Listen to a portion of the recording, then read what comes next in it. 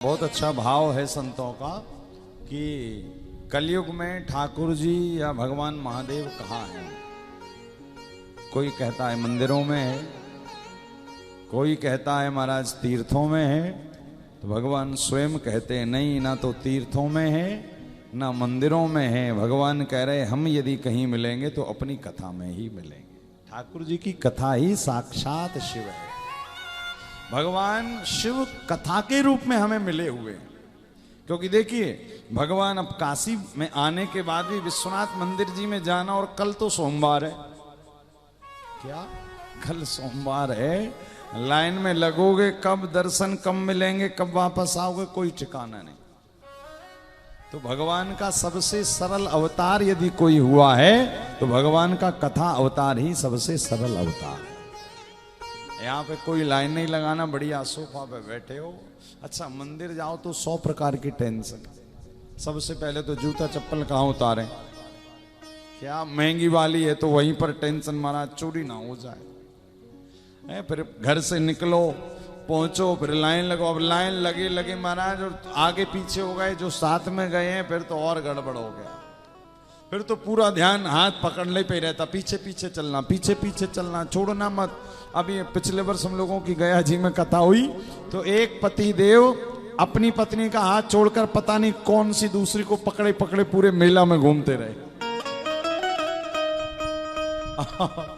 और फिर अब हम लोग वहीं पर तर्पण इत्यादि कार्य चल रहा था प्रातः काल, तो अब हम वहां पर ऑफिस नहीं रहता, कार्यालय बड़े बड़े मेलों में, कि इस जिले से इस इनकी पत्नी गायब हो गई हैं, जहां भी मिले जिसको भी मिले कार्यालय में लाकर उनको छोड़ दें। अब वो पतिदेव बेचारा रो रहा है कि बताओ हमसे कितनी बड़ी गलती हो गई।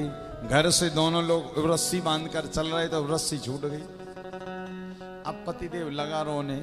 हम लोग वापस जा रहे थे तो रास्ते पे ही कारण का क्यों रो रहे हो श्रीमान जी? बोले महाराज क्या करें, आए थे तर्पण पिंडदान करने के लिए, तो तर्पण पिंडदान तो हुआ नहीं, पत्नी गायब हो गई।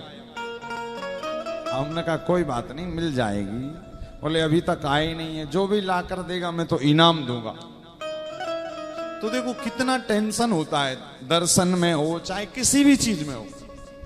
और कथा में आने के बाद जब हम इस कथा में डूब जाते हैं तो हम बगल वालों को भी भूल जाते कि बगल में कौन बैठा हुआ।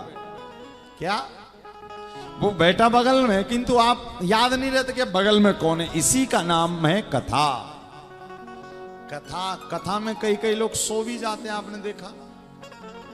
कथा क्या करती? बोले जीवन की थकान मिटा देती, आपको विश्राम पहुंचा देती, इसी कारण सो भी जाते हो। कथा में कई लोग महाराज ऐसे, कई तो ऐसे खर्राटे ले लेकर सोते हैं। अच्छा ये ज्यादा सोने वाले भगत जी पता है कहां मिलते हैं? हमें छत्तीसगढ़ में। क्यों मिलते हैं पता है आपको?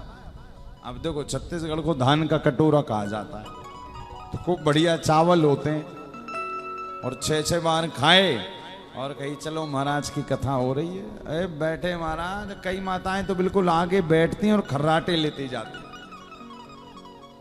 हमें खूब आदत है सामने बैठकर, अच्छा कई तो आंख खोलकर भी सोने की कई लोगों की आदत होती है। फिर उनसे हम पूछते हैं कहो माता जी आज की कथा? बोले अरे महाराज आज की कथा तो बड़ी आनंद पूर्वक, बड़ी चोखी कथा थी, बड़ा आनंद आया। हमने कहा अच्छा क्यों? बोले क्या बताएं, घर पे ना बहू इतना लड़ती है, दिन रात की सो नहीं पाती हूँ। आपकी कथा तो बढ़िया मिल गई, अब 7 दिन रोज आऊंगा।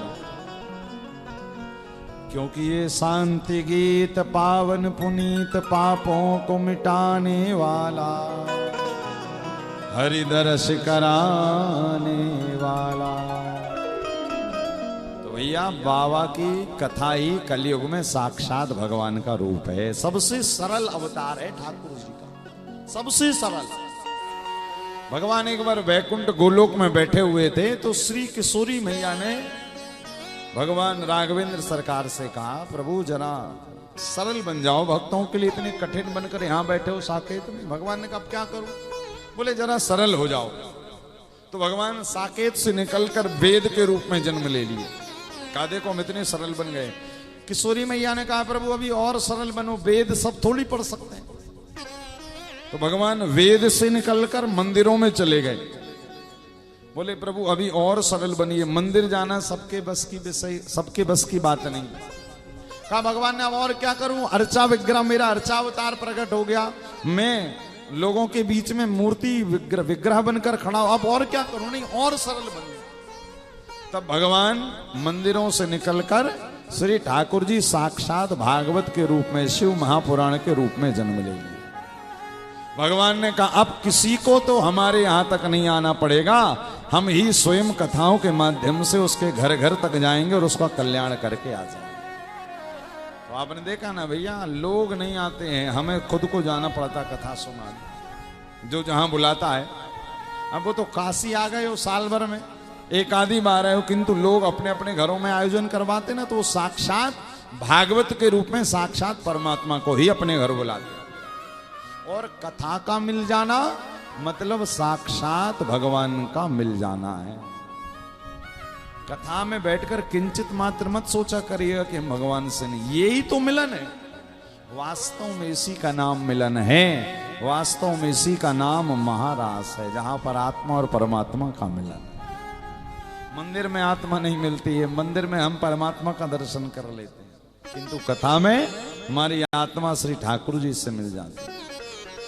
तो भैया भगवान की कथा ही सर्वस्व है। ये कथा है तो रुद्राभिषेक है, ये कथा है तो अन्न क्षेत्र है, ये कथा है तो काशी है, ये कथा है तो गया है, ये कथा है तो वृंदावन है। मतलब सार में जो है बोले वो भगवान की कथा, कथा मात्रैक जीवन।